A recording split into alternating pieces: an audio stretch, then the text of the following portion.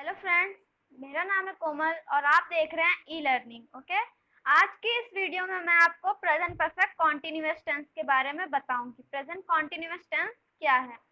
मैंने आपको अपनी इस वीडियो में प्रेजेंट कॉन्टिन्यूअस, प्रेजेंट परफेक्ट, अब प्रेजेंट परफेक्ट कॉन्टिन्यूअस टेंस के बारे में बताऊंगी।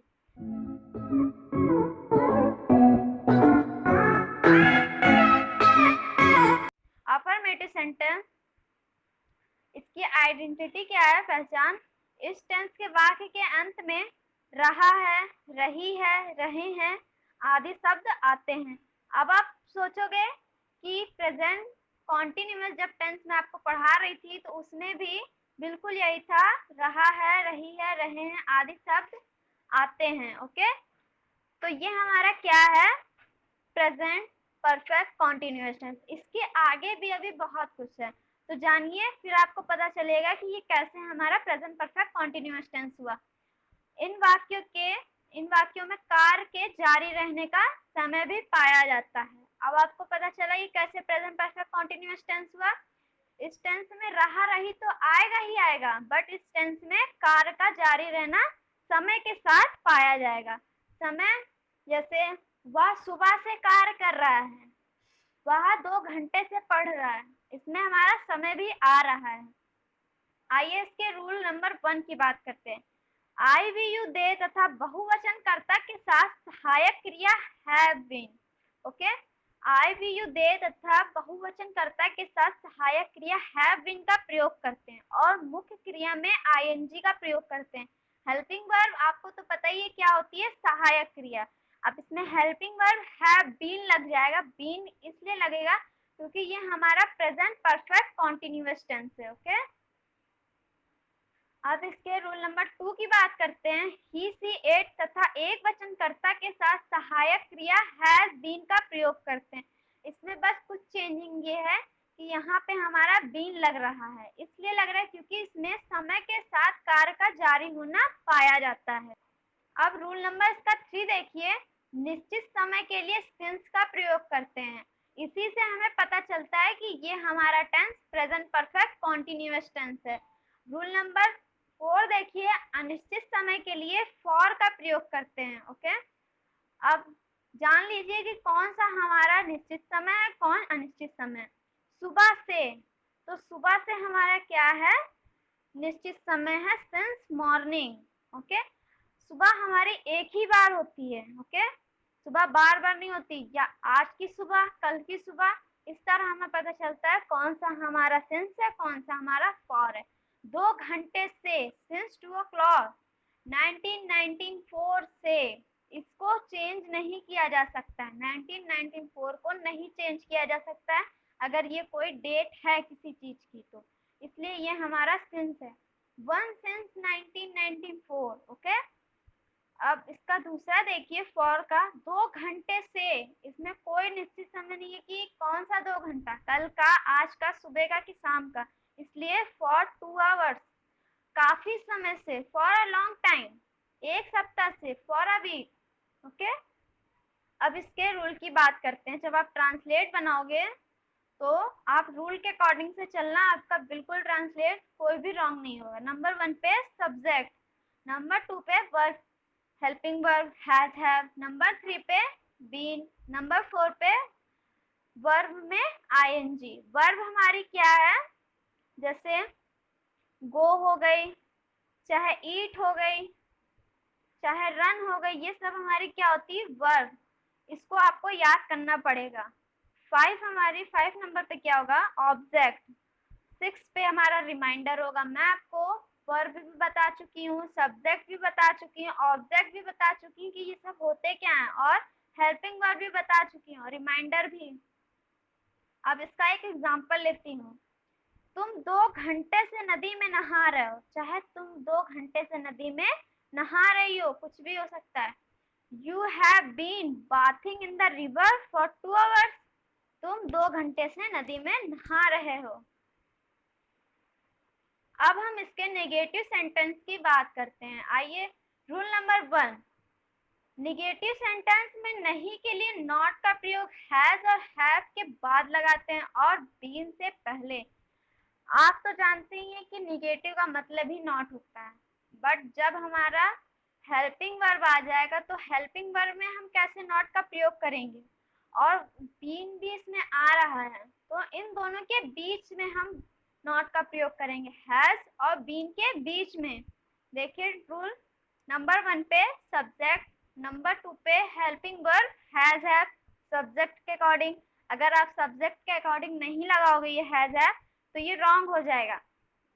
नंबर 3 पे नॉट, नंबर 4 पे बीन, नंबर 5 पे वर्ब प्लस आईएनजी, नंबर 6 पे ऑब्जेक्ट, नंबर 5 पे रिमाइंडर। फॉर एग्जाम्पल, वह 2 घंटे से खाना नहीं पका रही है। She has not been cooking the food for 2 hours. Okay? She has not been cooking the food for 2 hours. अब देखिए नॉट इसमें कहाँ लगा है, मैंने आपको बताया था हैज और बीन के बीच में लगेगा, तो ये हमारा क्या हो गया, हेल्पिंग वर्ब हैज, और ये हमारा बीन हो गया। इन दोनों के बीच में हमारा नॉट लगा है। आप कंफ्यूज बिल्कुल ना होइएगा कि नॉट आप हैज बीन के बाद लगा दें, तब ये हमारा रॉन्ग हो जाएगा। अब हम इसके इंट्रोगेटिव सेंटेंस की बात करते हैं। रूल नंबर 1, जिन वाक्यों के प्रारंभ में क्या शब्द आता है। अब देखिए इसमें क्या शब्द आया, क्वेश्चन वर्ड, तो सबसे पहले क्या के लिए व्हाट का प्रयोग नहीं करते हैं, बल्कि क्या के लिए सहायक क्रिया हैज या हैव का प्रयोग कर्ता के अनुसार, मतलब सब्जेक्ट के अकॉर्डिंग करते हैं। फिर उसके बाद बीन और वर्ब प्लस आईएनजी का प्रयोग करते हैं। अब आप इसमें कंफ्यूज होंगे। देखिए आप कोई भी इंट्रोगेटिव सेंटेंस बनाएंगे टेंस में, तो उसमें आप क्या शब्द की अंग्रेजी नहीं लिखेंगे, मतलब व्हाट की इंग्लिश नहीं लिखेंगे, क्वेश्चन वर्ड नहीं यूज करेंगे। जब हमारा क्वेश्चन वर्ड बीच में आएगा तब आप उसकी इंग्लिश लिखोगे, वरना आप नहीं लिखोगे। आप उस क्या के लिए हेल्पिंग वर्ब का ही यूज करोगे, ठीक है, और फिर बीन का प्रयोग करोगे और हेल्पिंग वर्ब के साथ आईएनजी का प्रयोग करोगे। कॉन्टिन्यूअस टेंस में कभी भी आईएनजी का ही प्रयोग होता है, वो भी वर्ब की फर्स्ट फॉर्म। आईएनजी को एक और चीज बोलते हैं, जीरेंड बोलते हैं। आईएनजी का मतलब होता है जीरेंड, किसी वर्ब में जुड़कर वो उसको नाम दे आईएनजी। जैसे गोइंग, गो है, गो प्लस आईएनजी, तो ये हमारा क्या हो जाएगा, गोइंग। तो इसको हम क्या बोलते हैं, जीरेंड। ओके, अब रूल की बात करते, translate of rule number 1, has और हैव किसके अकॉर्डिंग, सब्जेक्ट के अकॉर्डिंग। नंबर 2 पे सब्जेक्ट, नंबर 3 पे बीन, नंबर 4 पे वर्ब प्लस आईएनजी, नंबर 5 पे ऑब्जेक्ट, नंबर 6 पे रिमाइंडर, नंबर 7 पे सिंस और फॉर, नंबर 8 पे क्वेश्चन वर्ड। मतलब अगर आप क्वेश्चन वर्ड नहीं लगाओगे तो रॉन्ग हो जाएगा। मैं एक बार फिर रिपीट कर रही हूँ कि आप कोई भी एग्जाम्पल बनाओ जहाँ पे क्या आए, चाहे क्या पहले आए चाहे क्या बीच में आए, तो आप क्वेश्चन वर्ड आपको लगाना ही लगाना है, वरना वो रॉन्ग हो जाएगा एग्जाम्पल। अब एक इसका एग्जाम्पल देखिए, क्या तुम 2 घंटे से घर जा रही हो, क्या तुम 2 घंटे से घर जा रही हो। Have you been going to home for 2 days। Okay, चाहे 2 दिन चाहे 2 घंटे, अगर घंटे आ जाएगा तो यहाँ पे आवर्स हो जाएगा, और दिन की बात है तो डेज आ जाएगा। अब ये हमारा कौन सा अनिश्चित समय है, क्योंकि इसमें डिसाइड नहीं है कि वो कौन से 2 दिन में जाएगी। ओके, तो इसमें सबसे पहले क्या के लिए यूज हुआ हैव, किसके अकॉर्डिंग, सब्जेक्ट के अकॉर्डिंग। सब्जेक्ट हमारे क्या है, तुम, मतलब यू, उसके अकॉर्डिंग हम हैव का प्रयोग किए। अब इसके हम इंट्रोगेटिव सेंटेंस मतलब इंट्रोगेटिव डबल की बात करेंगे।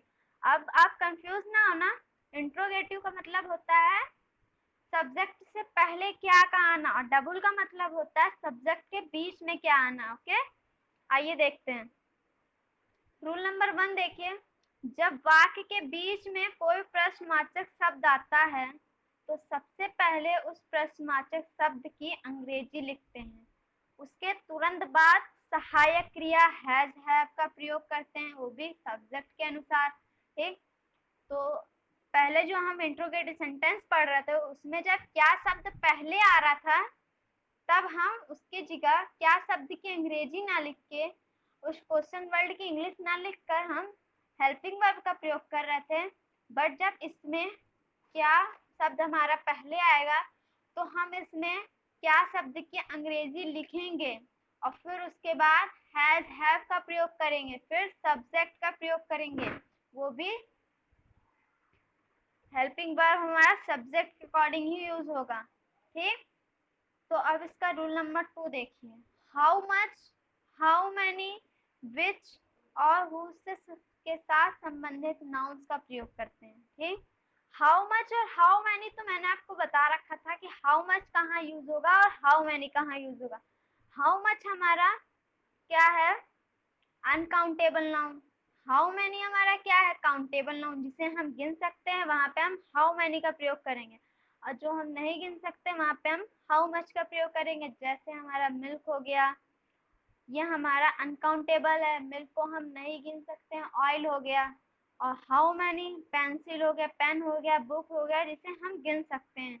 और नाउन्स भी हो गए बहुत सारे। और रूल नंबर 3 देखिए, इंट्रोगेटिव निगेटिव में अफर्मेटिव की तरह सहायक क्रिया हैज या हैव के बाद ही नॉट का प्रयोग होता है।